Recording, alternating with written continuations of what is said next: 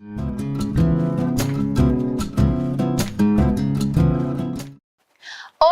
tudo bem com vocês? Então, para quem não me conhece, eu sou a professora Sandy Moreira, sou cirurgiã dentista e estou ministrando aula para vocês da disciplina Introdução ao SUS e Ética Profissional. Então, eu preciso que vocês compreendam que o Sistema Único de Saúde e a ética são fundamentais dentro da realidade ali dos profissionais da saúde. E vocês, como futuros profissionais da saúde, precisam entender toda essa dinâmica, a importância do funcionamento do Sistema Único de Saúde e também ali da ética dentro, das nossas profissões. Então, hoje, o tema da nossa aula é compreender a proposta do Programa de Saúde da Família, conhecer as normas de gerenciamento estabelecidas pelas normas e políticas públicas de saúde. Então, nós vamos falar ali sobre o tópico 1, tá? Que é o que são políticas públicas de saúde. Então, quando a gente fala, de políticas públicas de saúde, nós precisamos pensar que elas são ali diretrizes que servem para nortear ali as ações em determinada área de vida social. Então, o que acontece? O Sistema Único de Saúde, ele foi projetado, ele foi criado para oferecer saúde para a população. Então, desde lá da criação do Sistema Único de Saúde, na Constituição de 1988, que foi colocado a saúde como dever do Estado, e direito de todos. Então, a partir daí, eles vêm criando cada vez mais diretrizes de saúde, políticas públicas de saúde que vão ali, que são, geralmente elas servem para nortear e também como um foco principal ali para cada população que queira ser, que a gestão queira ali atingir. Então, as diretrizes são ali para nortear e essas políticas públicas de saúde, elas servem justamente para ampliar esse acesso à população, para fazer com que tenha ali, que tenha uma atenção voltada para certas situações dentro ali desse ambiente de saúde e dentro das necessidades também da população. Então, a formulação das políticas públicas de saúde envolve ali uma discussão de vários setores da sociedade. Então, todos estão envolvidos: governo, legisladores, representantes de associações civis e de setores produtivos, resultando aí em um consenso. Então, todos se unem para poder ali elaborar essas políticas públicas de saúde e para fazer com que essas políticas públicas de saúde elas funcionem, elas de fato venham ali trazer benefícios para a população. Então, quando você pensa ali em construção dessas políticas públicas de saúde, você pode pensar ali um pouquinho antes ali de acontecer o Sistema Único de Saúde. Então, tinham ali várias políticas públicas que foram criadas até ali acontecer a criação do Sistema Único de Saúde SUS. E dentro do SUS existem essas políticas públicas de saúde que foram criadas e são criadas e desenvolvidas para ampliar esse acesso, para direcionar ali toda essa gestão da saúde, para onde vai ser o olhar, é como se fosse ali um olhar a mais para uma determinada situação.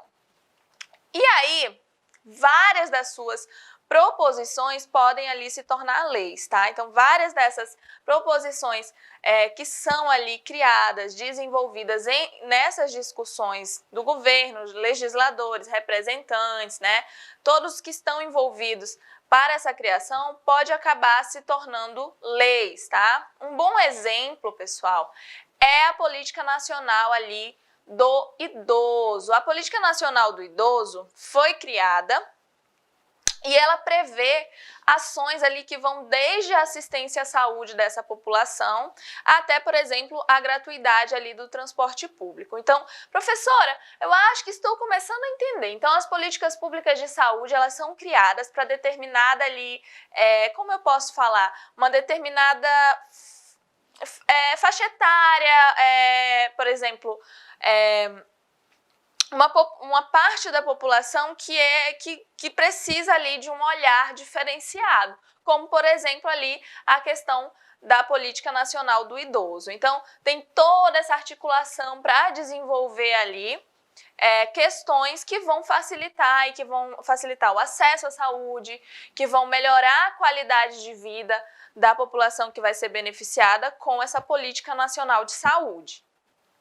E aí, a política, nós temos também, dentro de uma política nacional, dentro ali de políticas públicas de saúde, que são muito importantes, a política nacional de atenção básica, tá? Então, quando a gente fala ali de política nacional de atenção básica, entenda que vocês aí, como futuros profissionais da saúde, vão ali estar presentes na vivência, provavelmente, de uma política ali nacional de atenção básica, tá? Quem for trabalhar, por exemplo, em unidades básicas de saúde, vão vivenciar isso com bastante frequência. Então, quando a gente fala de política nacional de atenção básica, nós precisamos ali entender que os gerentes de todos os níveis, no caso os gestores, né, a gestão de todos os níveis ali de atenção, eles devem conhecer, tá, a política nacional de atenção básica. Então, é muito complicado você ter um gestor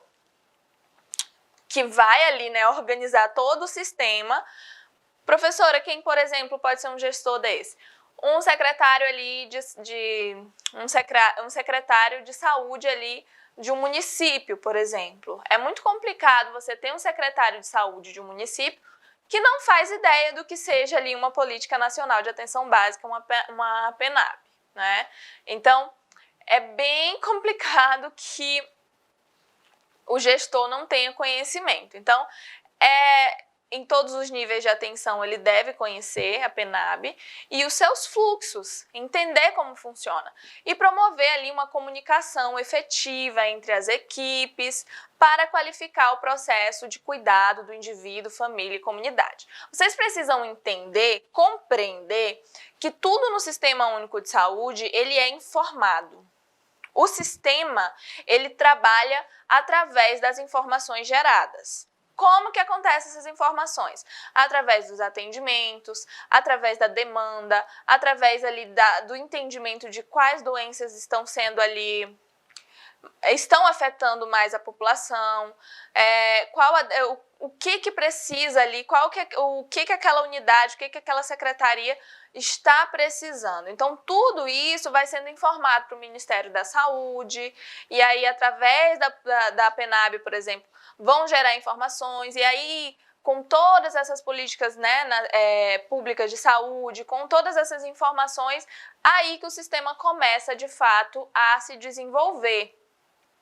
E aí, por isso a responsabilidade de uma gestão, né, ter ali o conhecimento necessário, porque no final eles vão organizar, eles vão direcionar o resto ali da equipe de saúde. Atualmente, um de nós do processo ali de trabalho em rede está ali na comunicação ineficaz ou inexistente entre vários outros serviços. Então, pessoal, quando a gente fala ali de política de atenção básica, quando você fala de atenção básica em saúde, realmente é muito complicado.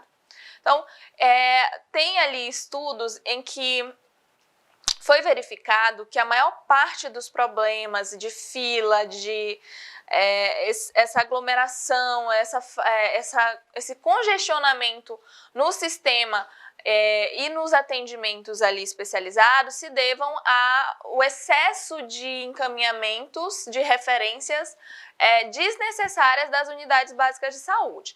Ah, professora, então a culpa está toda na atenção básica? Não. A culpa não está na atenção básica. Você precisa compreender que o que acontece?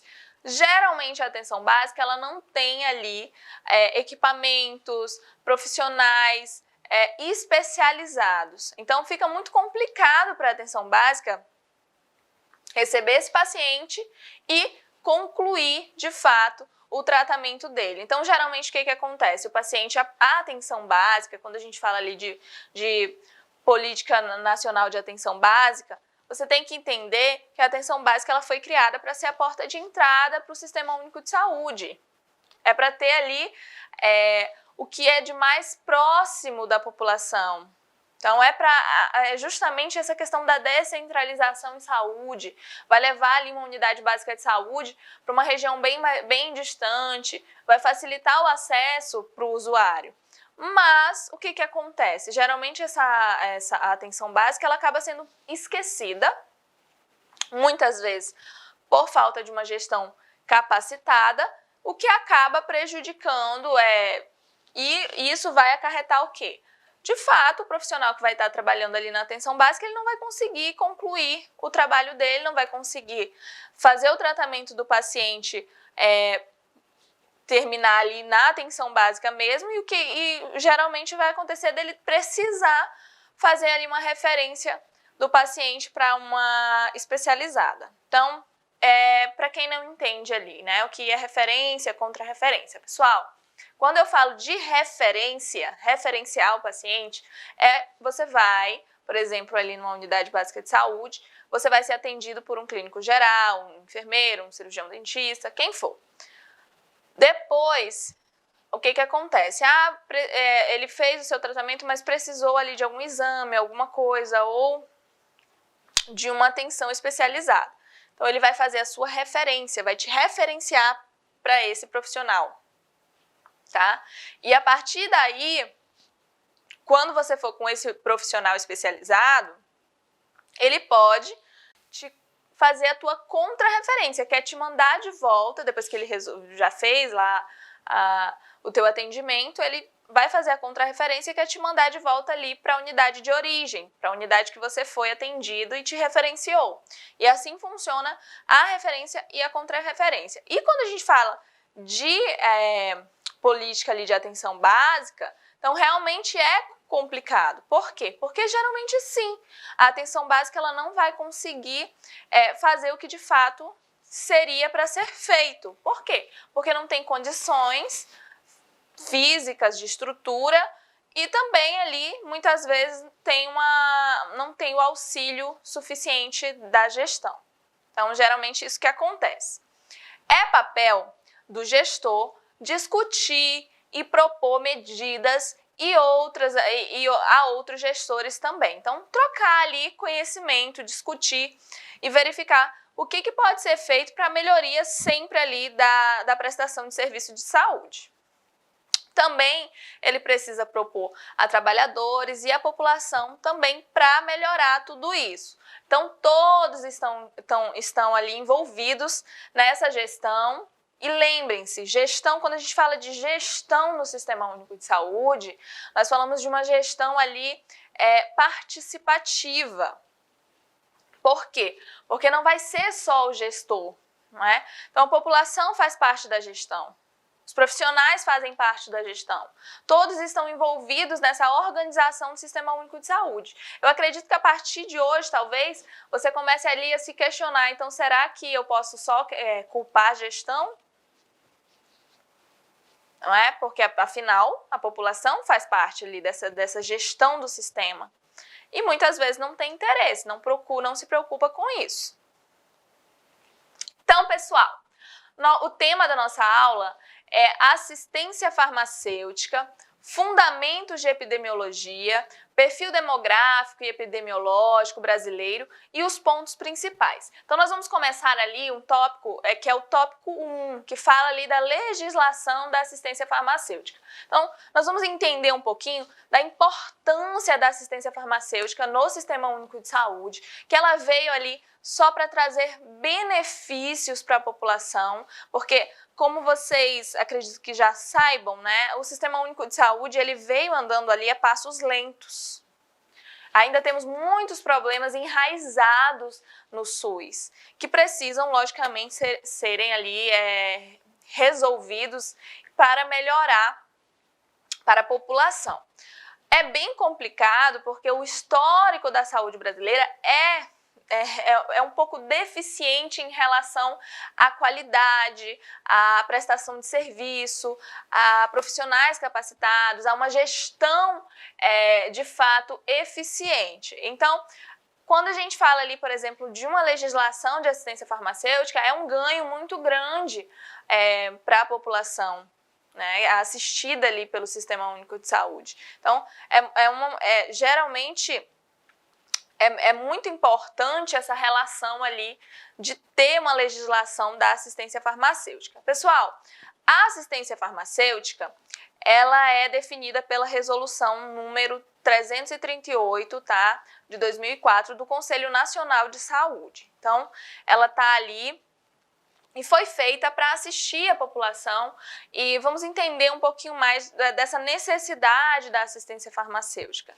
Porque até então, talvez você não tenha percebido ou se tocar, às vezes, mas tem ali, né, nós temos medicação ofertada pelo Sistema Único de Saúde e tudo aí vem acompanhado da assistência farmacêutica. Então, a assistência farmacêutica ela é um conjunto de ações que são voltadas para a promoção, proteção e recuperação da saúde, tanto na questão, né, individual como coletiva. Então, ela foi criada justamente para promover saúde, para ajudar na proteção e para ajudar na recuperação. Então, quando você imagine, eu peço que você pense um pouquinho agora, como que não era antes, né? Antigamente, quando eu digo antigamente, antes do SUS, antes do Sistema Único de Saúde, as pessoas não tinham toda essa assistência, não tinham hospitais públicos com a demanda que existe hoje, que apesar de tudo, apesar ali de ser insuficiente, mas anteriormente ao SUS era muito pior, e muito menos tinham ali essa questão de ter o benefício de conseguir ali pegar uma medicação pelo Sistema Único de Saúde, né? Pela uma medicação através ali da gestão. E hoje, com a legislação da assistência farmacêutica, a população tem aí esse direito que é dever ali da gestão, é dever do governo. Quando eu falo governo federal. Tendo ali o medicamento sempre, né, como insumo essencial e visando ao acesso e ao seu uso racional. Então, então porque é de direito, qualquer pessoa pode chegar lá e pegar a medicação que quiser. Não. Tem que ser de uma forma racional, sempre procurando ali o melhor para o paciente, de fato, para pacientes que precisam, que têm necessidade. Mas, afinal, tem que ser uma coisa organizada. Então, de fato, ela vem para nos beneficiar, para ajudar, principalmente em relação a medicações que são muito caras, que muitas vezes as pessoas não têm condição de pagar. E aí, a legislação da assistência farmacêutica veio para isso. Por quê? Porque o que acontece? Não é? Vamos trabalhar com a realidade atual. Então, geralmente, as pessoas, quando vão no serviço de saúde, geralmente estão com dor, acontece alguma coisa e precisam tomar medicação e continuar ali o seu tratamento em casa. E isso geralmente acontece também através da medicação, tratamento com a medicação. Só que o que adiantaria, não é, ofertar ali atendimento, mas não ter medicação. Por quê? Porque tem muita gente que não tem, de fato, condições financeiras, ali não tem condição de comprar uma medicação. E aí, o que poderia acontecer? A pessoa ia, se consultava, mas não ia dar continuidade ao tratamento porque não tinha como tomar a medicação. Então, pensando nisso, teve aí a legislação, existe a legislação de assistência farmacêutica, que é para facilitar isso. O paciente, ele é atendido, ele vai ter ali o seu receituário e através desse receituário ele vai conseguir, em tese, não é, pegar ali a sua medicação que é necessária para o tratamento. Então, toda essa questão da legislação da assistência farmacêutica, ela envolve ali a pesquisa, o desenvolvimento e a produção de medicamentos, tá? E insumos, bem ali como a seleção, a programação, a aquisição, distribuição, dispensação. Então, tudo está envolvido, a pesquisa, a produção, tá? A seleção, como que vai ser distribuído, como que vai ser dispensado, tudo está tudo envolve ali na legislação da assistência farmacêutica.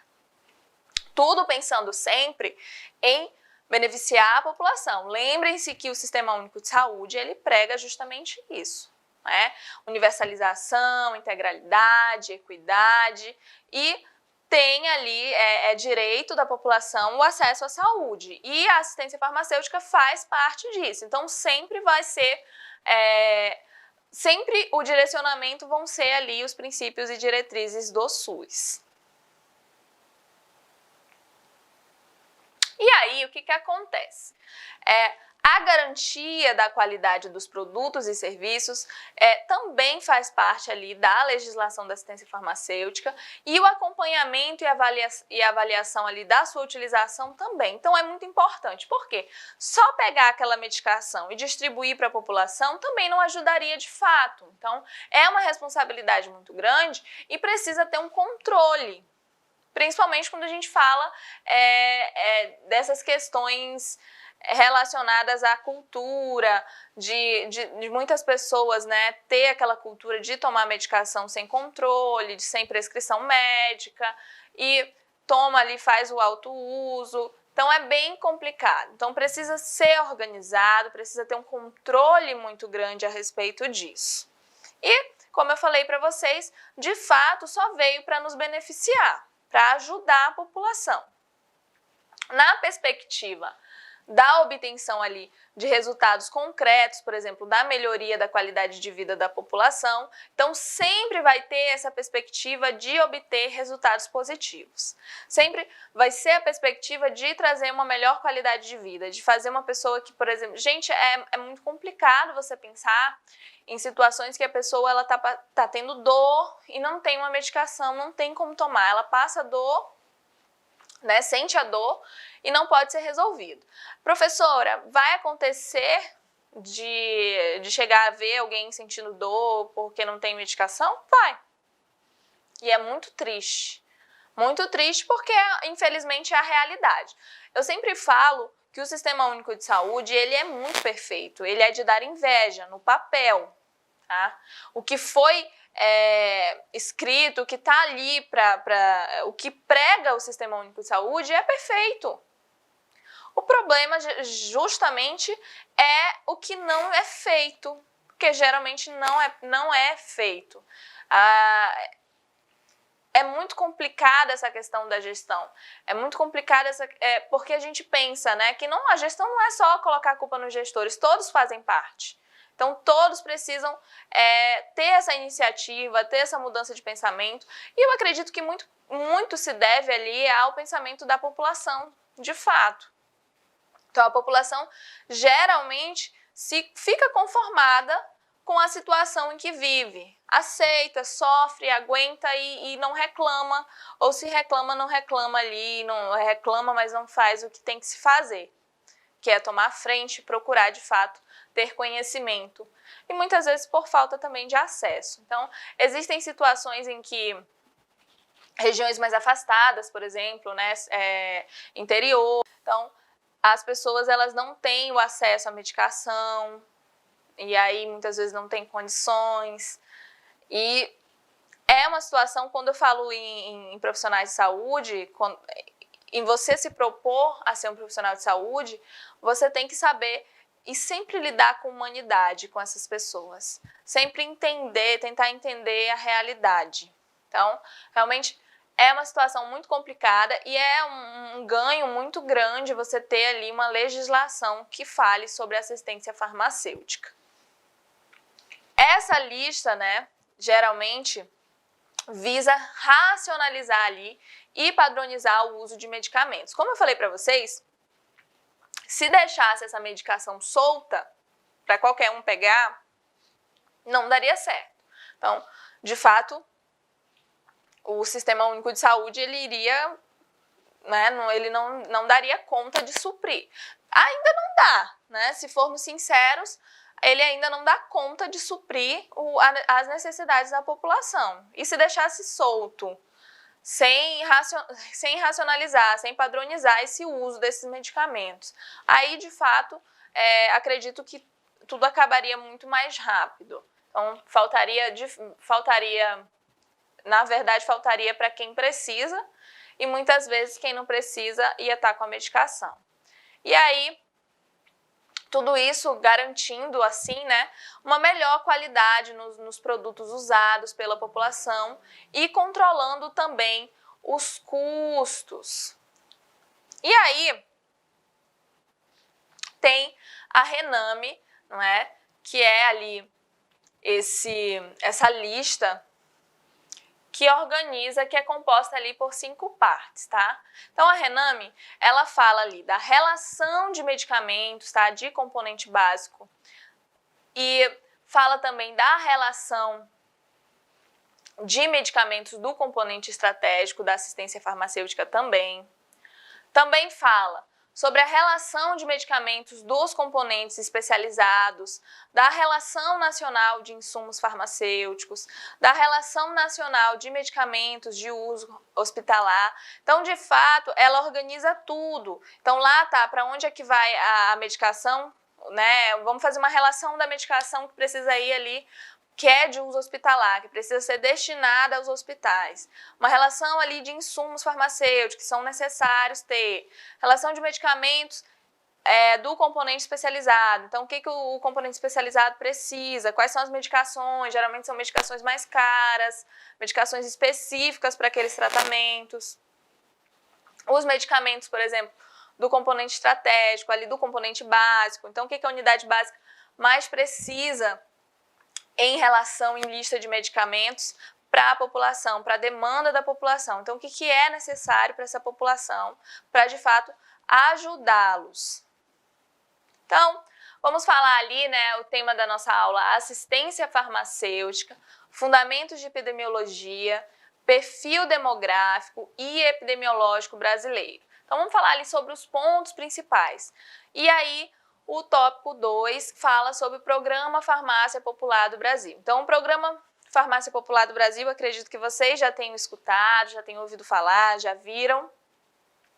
E ele, de fato, é muito importante, é um marco também ali, né, na história da saúde pública. É fundamental para que as pessoas consigam ali ter acesso a certas medicações. Então, o Programa Farmácia Popular do Brasil, ele prevê ali a instalação de farmácias populares em parceria com estados, municípios e algumas instituições, tá? Então, tudo isso é feito com parceria, todos vão se unir para conseguir ali levar essas medicações para a população. Então, o estado pode participar, município, tá? Distrito Federal, toda a gestão que tiver interesse vai participar ali e ter o programa Farmácia Popular. Ali, bem como a rede privada de farmácias e drogarias, também pode acontecer de ter ali a farmácia popular, acredito que vocês já tenham visto também por aí. Então, o artigo 1º, ele diz que esta portaria, ela dispõe sobre o Programa Farmácia Popular do Brasil. O artigo 2º, né, que fala que o Programa Farmácia Popular do Brasil consiste na disponibilização de medicamentos ou correlatos à população. Essa distribuição, ela vai ser feita pelo Ministério da Saúde através ali dos seguintes meios. Então, quais são os meios que são utilizados para a distribuição ali dessa medicação? A rede própria, né, constituída ali por farmácias populares, em parceria ali com estados, Distrito Federal e município. Então, é feita essa distribuição da medicação através, né, da própria gestão de saúde de fato, gestores municipais, gestores estaduais. Então, todos eles ali vão fazer parte do desenvolvimento e da distribuição ali dessas medicações. Segundo, o Aqui Tem Farmácia Popular, ele é constituído por meio de convênios com rede privada, no caso, as farmácias que são ali particulares, não é? Farmácias e drogarias particulares. E aí vai ter esse programa, o Programa Farmácia Popular do Brasil, através do Aqui Tem Farmácia Popular. E aí você consegue, né, ter ali a distribuição dessas medicações também, desses medicamentos também. Então, o programa Farmácia Popular do Brasil, aqui tem Farmácia Popular, né, que é o PFPB, ele tem ali por objetivo, então qual é o objetivo, professora? Qual a intenção? Disponibilizar esse medicamento ali para a população por meio ali de uma rede privada de farmácias e drogarias, como eu falei para vocês. Os medicamentos e correlatos previamente ali que são definidos pelo Ministério da Saúde. Então não é qualquer medicação, né, que vai ser disponibilizada. Tem ali, ela é previamente definida e o Ministério da Saúde ele vai entender. Professora, como é que o Ministério da Saúde vai saber o que é que precisa ou não precisa distribuir para a população? Através da informação que é levada ali pelos gestores locais, por exemplo. Então, daí a importância de toda a informação. Eu acredito que algum de vocês já tenha ido ali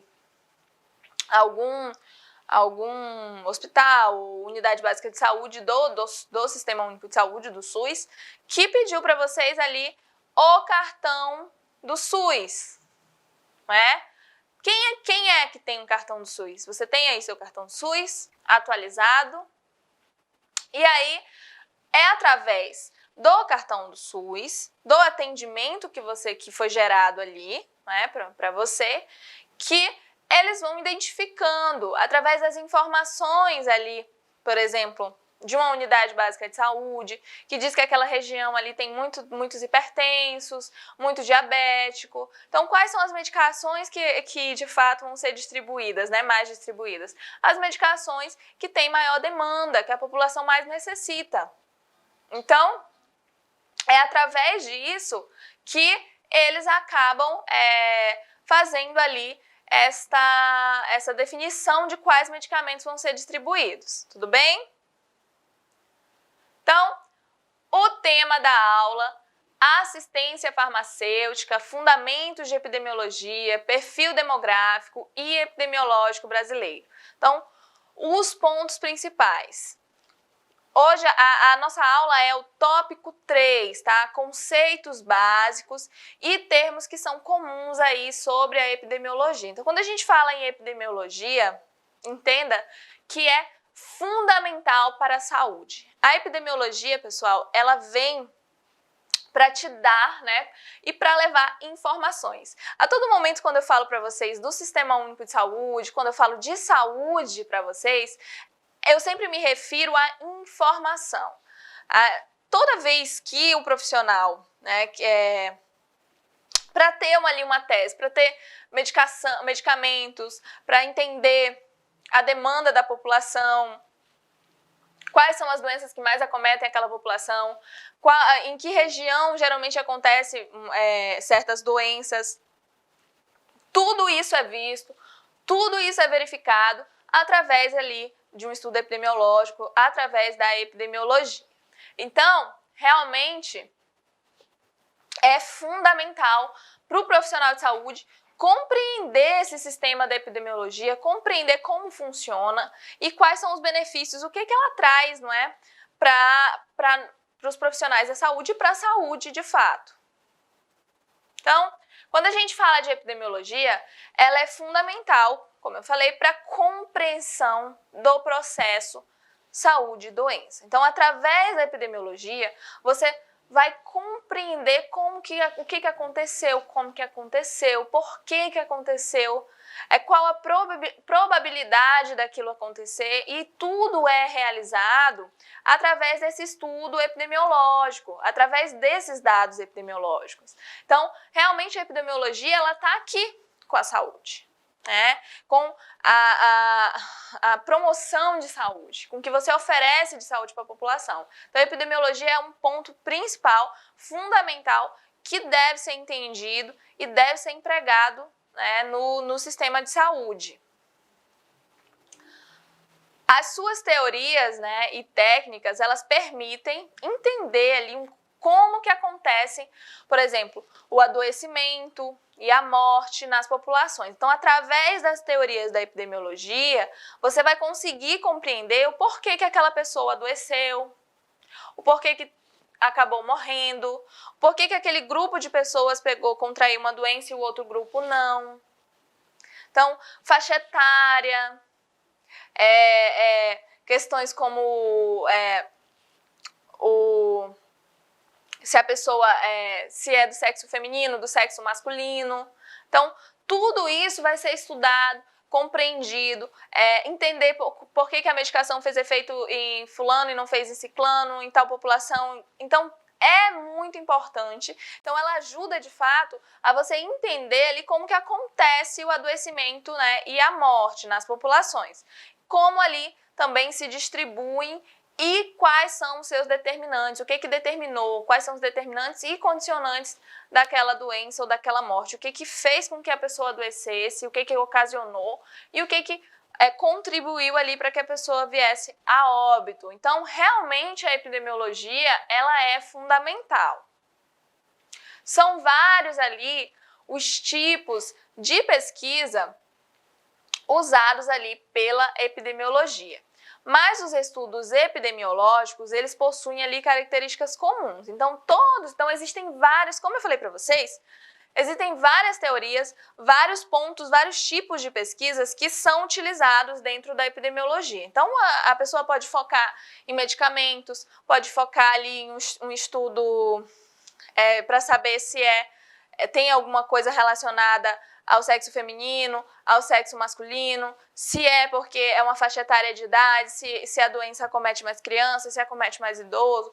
Ela pode fazer ali um comparativo. Então, existem vários métodos para compreensão ali dessas doenças, da causa da morte, da causa de doenças, e é muito importante. Então, um exemplo para vocês que eu posso dizer até é a questão de como que eles fazem para identificar, por exemplo, pessoas ali, regiões que são mais acometidas por exemplo, pela doença, pela dengue, né? Então, existem regiões que são mais acometidas. O porquê? Então, eles vão procurar o porquê. Por que aquelas pessoas estão adoecendo? O que está acontecendo? Então, os condicionantes. Então, existem vários focos. E todos, né? São vários ali os tipos de pesquisa, como eu falei, mas todos ali podem fazer uma investigação de um caso ou um evento, tá? Os termos que são rotineiramente ali utilizados na epidemiologia, existem alguns termos que dentro dessas pesquisas que são realizadas por pessoas que estão desenvolvendo ali projetos. Então, essas pesquisas epidemiológicas podem ser realizadas ali, por exemplo, por um acadêmico, né, por um estudante, por uma pessoa que já se formou, por pessoas que estão trabalhando justamente para a identificação ali de certas doenças. E existem termos que são geralmente utilizados de uma forma rotineira. E esses termos nós temos ali o risco, que é uma probabilidade de ocorrência de um evento indesejável que está ali ligado a fatores diversos, como condições de vida, cultura. Então, você entende que risco é a probabilidade de algo indesejável acontecer. Existe um risco, então, risco é um termo muito utilizado ali dentro da epidemiologia, tá? De estudos epidemiológicos, dentro de toda essa questão epidemiológica. Então, quando você entende ali que risco é a probabilidade de algo indesejável ocorrer. E aí, isso vai depender, lógico, vai ter fatores relacionados como condições de vida, cultura, idade. Sabe um exemplo? Geralmente acontece pessoas, por exemplo, eu ali na minha profissão. Então, o que geralmente eu espero de acontecer ali, quem mais tem risco de acontecer uma fratura de algum elemento dentário, geralmente são crianças. Ali naquela faixa etária que estão de 7 anos, que estão indo para a escola, e aí corre, né, brinca, tá andando de bicicleta. Então, geralmente tem um risco maior de acontecer ali algum acidente, cortar a boquinha, quebrar um dente. Então, geralmente, elas têm mais risco. Então, isso já é uma situação que vai sendo gerada e que foi feito, essa conclusão não se tirou ali do nada. Teve todo um estudo, né? Então, a maioria das coisas, às vezes, que você... então acontece que isso é mais provável que... Por exemplo, é mais provável quem tem mais risco, né? Quem tem mais risco de, por exemplo, desenvolver um câncer de mama, geralmente são mulheres. Pode acontecer em homem, mas quem tem a probabilidade maior é de acontecer em mulheres. Professora, foi do nada que descobriram isso? Não. Teve todo um estudo em cima para diagnosticar, né? Para identificar esse risco. Tem outro termo que também ali é muito utilizado dentro ali desses termos de epidemiologia, é a magnitude. Magnitude significa ali impacto de uma doença, tá? O impacto que essa doença tomou, a magnitude dela na população. Tendo ali como indicadores a prevalência, a incidência, as taxas de morbilidade e mortalidade. Então, qual o impacto que ocasionou, qual foi a magnitude daquela doença, o que ela trouxe ali de malefício para a população. Quantas mortes, nossa, morreram muito, foi uma magnitude, não é? Foi um impacto, causou um grande impacto, foram muitas mortes que essa doença ocasionou. Então, a magnitude é um termo que também é muito utilizado ali na epidemiologia. Outro termo que é muito utilizado é a transcendência, tá? Transcendência, pessoal, significa ali custo pessoal e social do adoecimento, tá? Pode ser ali medida, por exemplo, a partir de dados sobre a aposentadoria precoce por invalidez. Então, qual a transcendência disso? O que geralmente acontece? Então, quais são esses dados sobre a aposentadoria, por exemplo, precoce? Então, o que acontece? A pessoa, provavelmente a probabilidade de se aposentar é quando estiver mais velho, mas tem essa transcendência que ocorre e a pessoa pode ali ter uma aposentadoria precoce por invalidez. E aí, um termo que também é bem utilizado ali dentro da epidemiologia é o termo da vulnerabilidade. Então, a vulnerabilidade, ela fala ali sobre diferentes níveis de suscetibilidade, né, do indivíduo para o adoecimento. Então, o que significa, professora? Significa assim, então, você tem ali uma pessoa que que está ali no ápice assim, da sua juventude, está com o sistema imunológico forte, e uma pessoa com o sistema imunológico mais debilitado, já mais velho.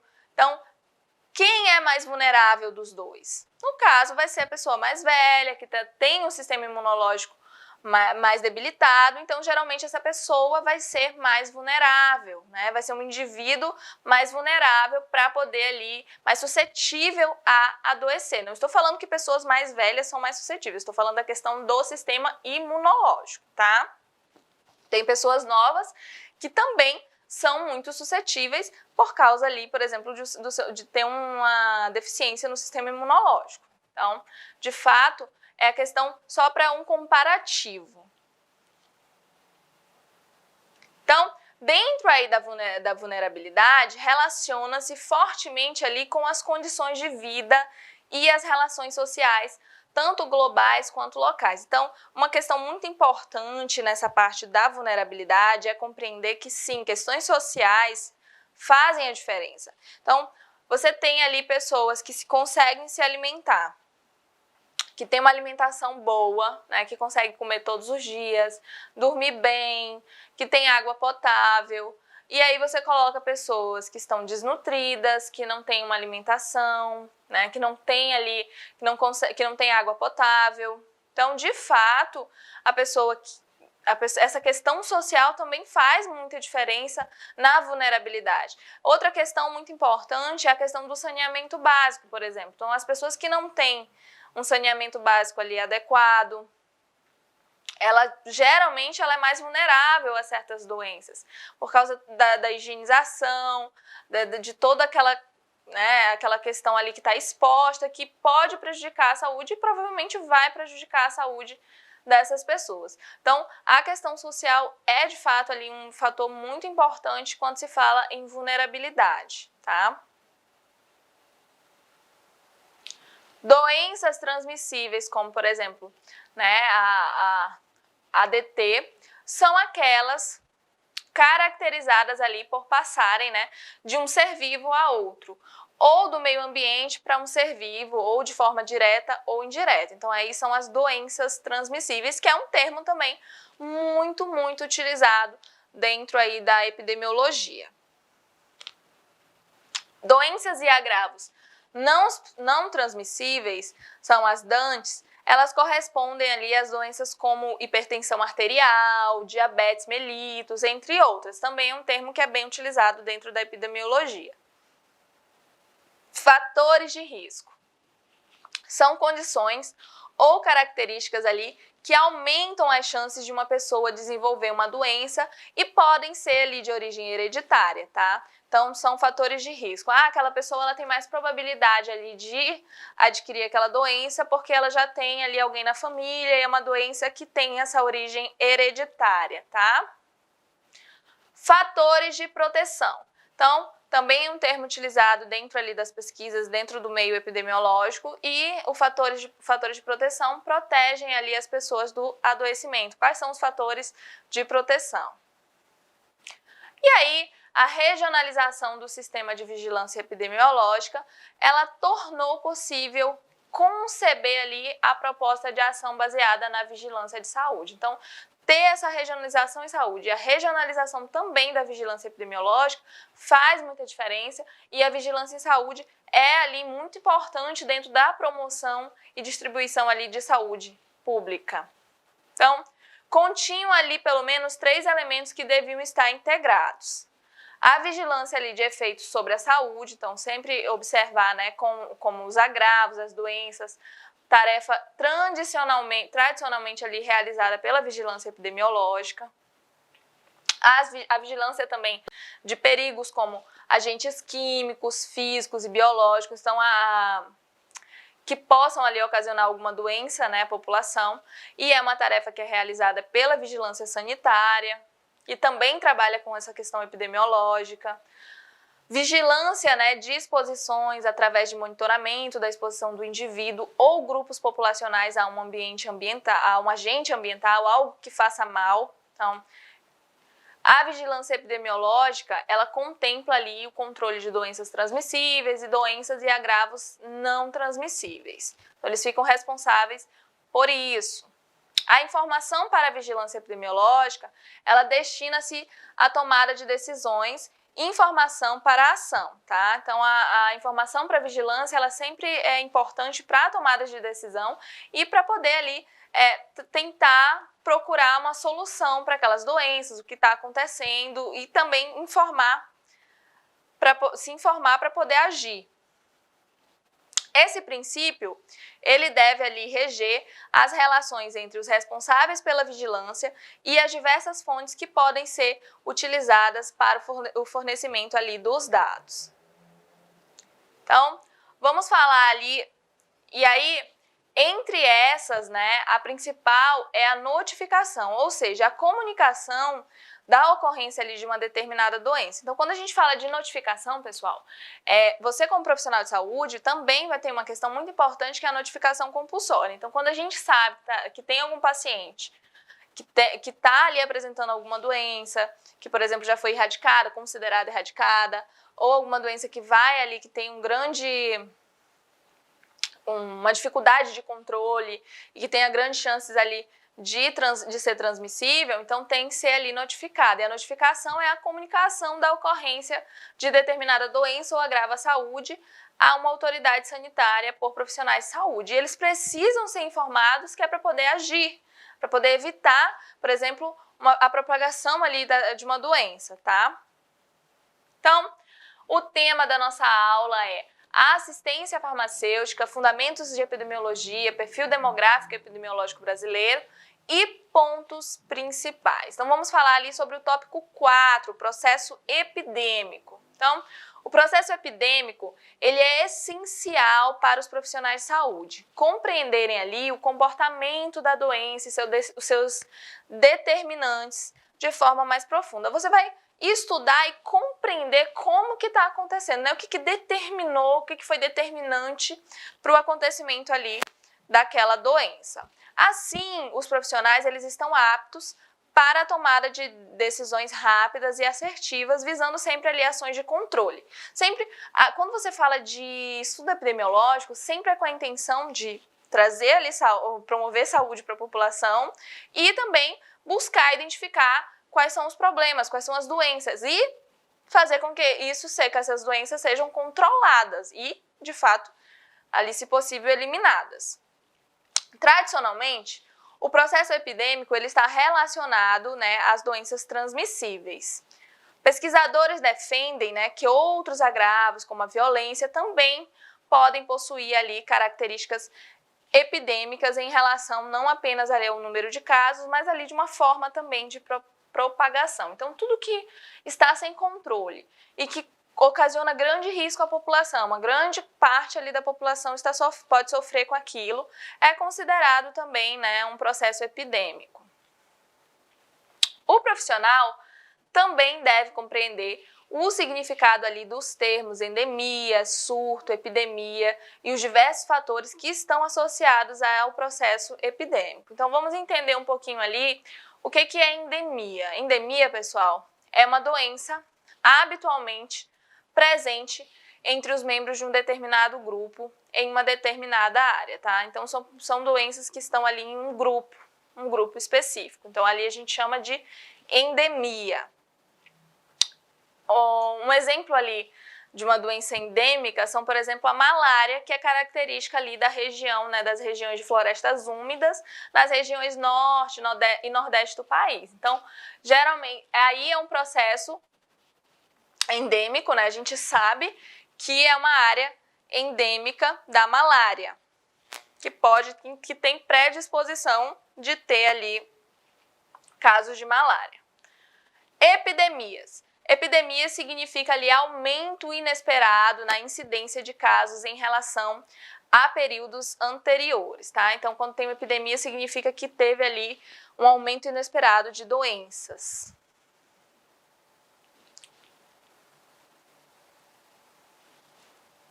Surtos. Surto significa aparecimento de casos inesperados em espaços circunscritos como escolas, creches, né, quartéis, regiões em que tem ali um grupo de pessoas muito próximos e acaba tendo um surto de uma doença, alguma doença, tá? Pandemias, né, são epidemias que extrapolaram fronteiras internacionais. Aí você fala que tem uma pandemia. Atualmente, temos vários exemplos, como, por exemplo, a AIDS, violência, o uso de álcool.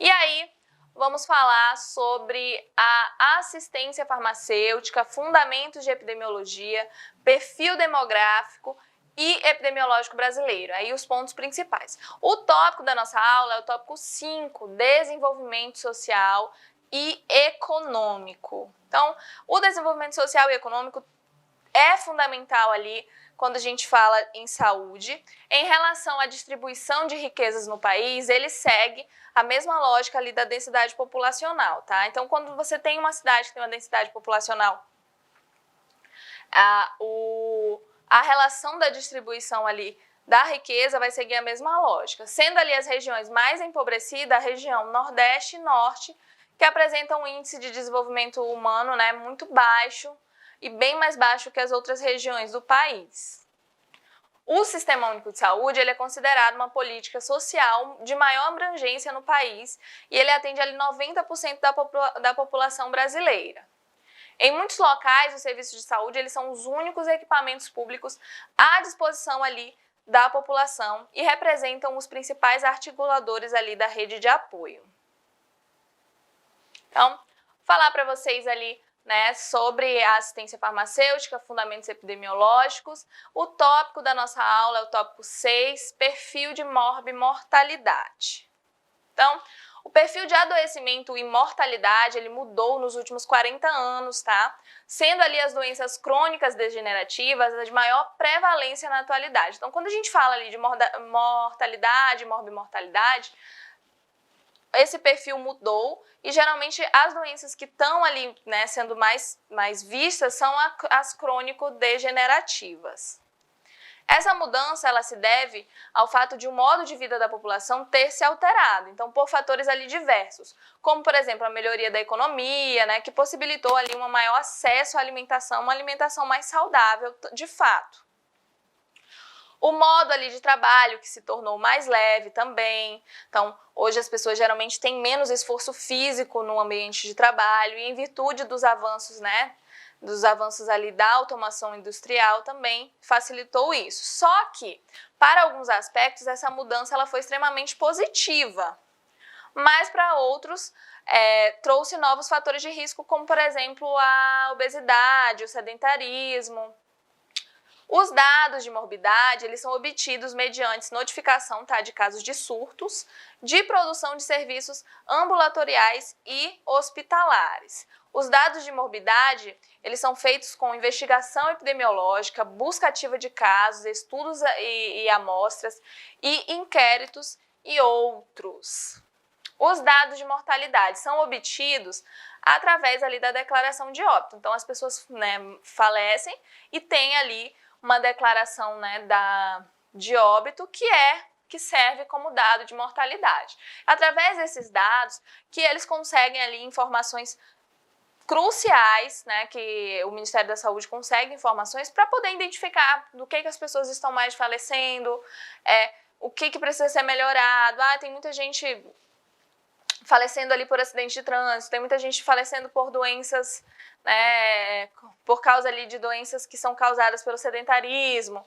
Então, todos esses dados ajudam na promoção de saúde, porque através deles, através dessa identificação dos problemas, é que se procuram as soluções. Então, tudo que é informado é muito importante dentro aí do Sistema Único de Saúde. Então, entenda que os dados epidemiológicos, perfil de morbimortalidade, tudo é dado, né? Tudo para ser organizado, para tentar melhorar, porque através dos problemas identificados é que vão se procurar soluções.